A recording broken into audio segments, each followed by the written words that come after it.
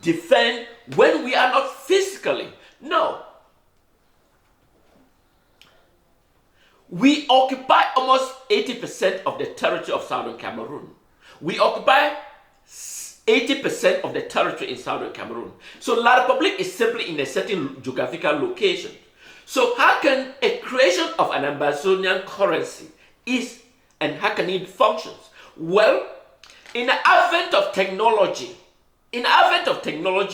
we can allocate a certain amount of money. Let's say of money that they are generating now, they can allocate probably $100,000 essential fund. The essential 100,000 essential fund is like a guarantee, because what I am saying, we have to create a Southern Cameroon Ambazonian currency. Well, some people argue that no, we can use Nigerian backing currency. We can use a US dollar backing currency in Southern Cameroon because we are not fiscally in control. No, we can have Ambazonian currency and do a feasibility studies and do what they call a feasibility studies. And we allocate probably $100,000. That $100,000 is like a collateral security.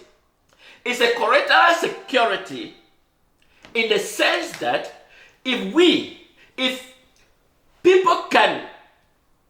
can give those experimental currency to a certain individuals with low interest rate, let's say 1%, for them to trade or carry on investment or business. And that is experimental purpose. The experimental in the sense that if the money become lost, we have a $100,000 allocation that can supplement. But in the meantime, we concentrate to have our Ambazonian currency studies. We plug into a certain area that is under our control. We give experimental. For example, if Mama is buying plantains, he will use those money and buy it.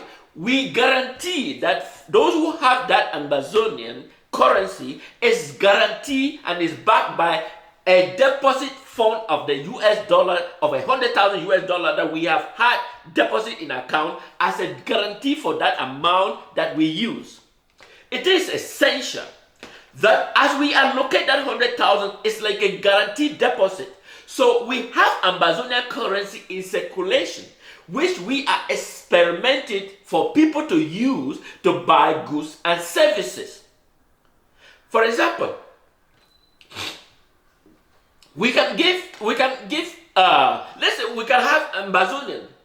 Ambazonian Defense Force. We can say, okay, we will be paying Ambazonian Defense Force probably 50,000 for one individual. That's an example. 50,000 Ambazonian currency or 50 whatever Ambazonian currency, whenever it's decided. That amount is a legal tender in Ambazonia. So which means they can use that money and buy plantain in Ambazonia. They can use that money and buy anything in Ambazonia because it is backed by an Ambazonian defense currency that Ambazonia, it's just like you have a goal. You have a goal and that goal stands to back the US dollar in case the monetary value become depreciate. So that is why it is essential that Ambazonian currency be put into practice and start exploratory debate on the issues of having an Ambazonian currency. You all listen to Professor Patrick in his letter statement, and that is what he echoed the same thing, and that is what I have been speaking about. It is essential that we take this as a matter of seriousness because once we introduce Ambazonian currency, it gives us a strong bargaining power. While our military defense force are fighting against La Republique on the ground, we have a legitimate legal tender which represents the image of an Ambazonian. We say, well, we must have 100% control of the territory before we can institute that because we can't manage the currency. No, we don't have to be there.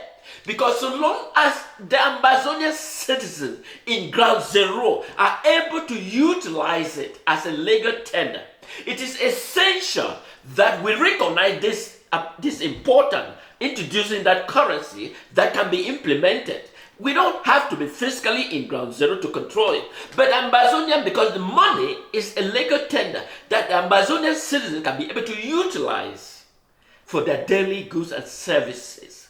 They can use it to buy their egusi, they can use it to buy their this, whatever they can buy is legally accepted. It doesn't have to be defined by the World Bank. For example, here in the United States, when the United States decided to allocate funds, they didn't ask authorization from the World Bank.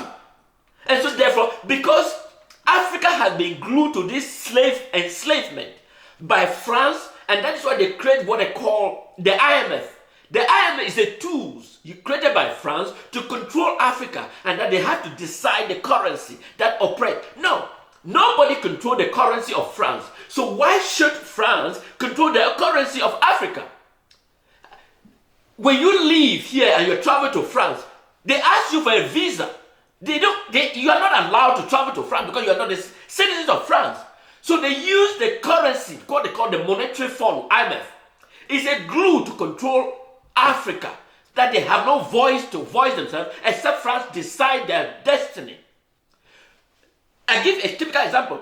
When the United States decided to allocate money, it asked the US Congress, it asked the US Senate.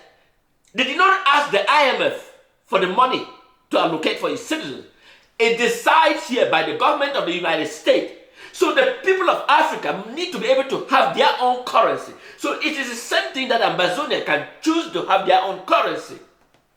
So if for example, France or Great Britain, they need timber from Southern Cameroon, then they will have to purchase it using the Ambazonian currency, because British pound is not a legal tender of Southern Cameroon.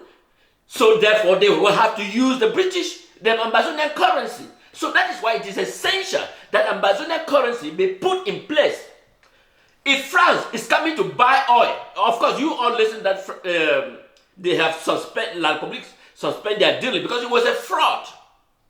So if France wants to buy a product from Southern Cameroon, then they will have to use it because it is a money value generally accepted by the people of Southern Cameroon as a legal tender that it will be operated in Southern Cameroon. It doesn't need the approval of IMF. It doesn't need approval of World Bank. They can have to accept it or they can choose not to accept it, but the people are utilizing it. It's just like you have your bunch of plantains. If you have a bunch of plantains, and you go to your neighbor you have a bunch of plantain, and I have yams. Can you exchange your plantain with my cocoyam? If you accept, then that is a trade agreement between you and I. That's business trade, and that is generally accepted. So it's just this IMF is a glue to Africa that they cannot have a breathing space. Africa is being put under respiratory breathing apparatus that they can't breathe on their own. And that is why we have to break those chains that have been glued.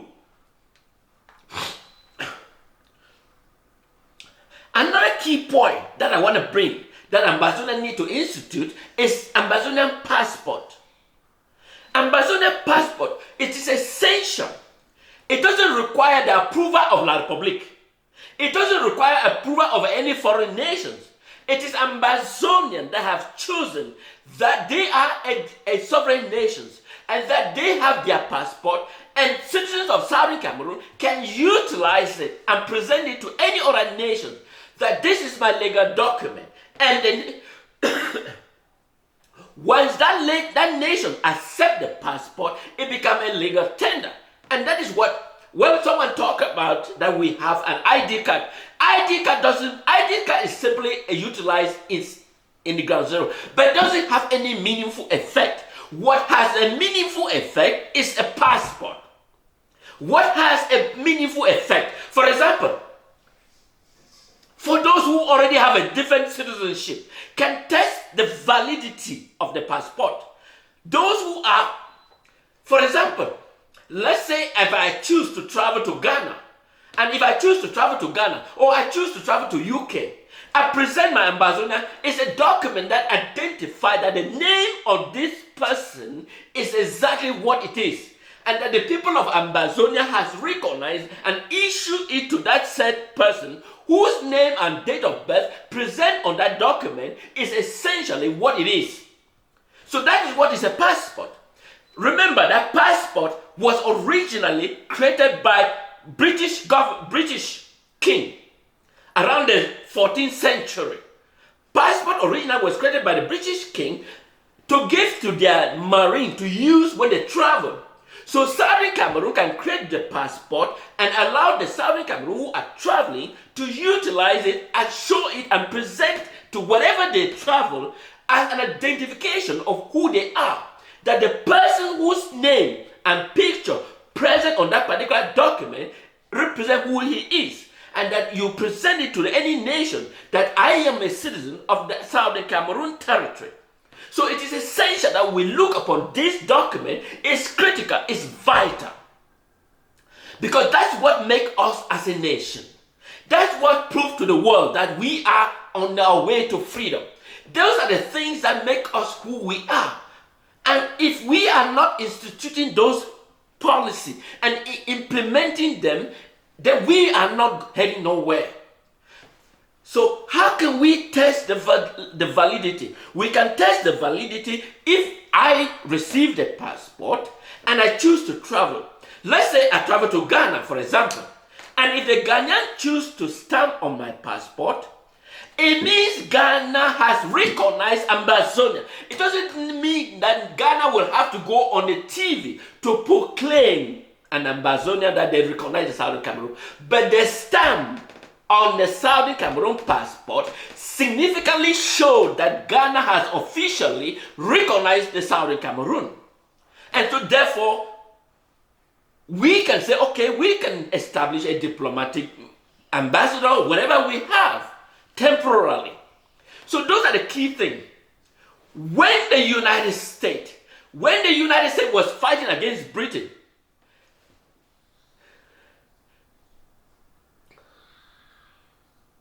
the U.S. representative present their accreditation,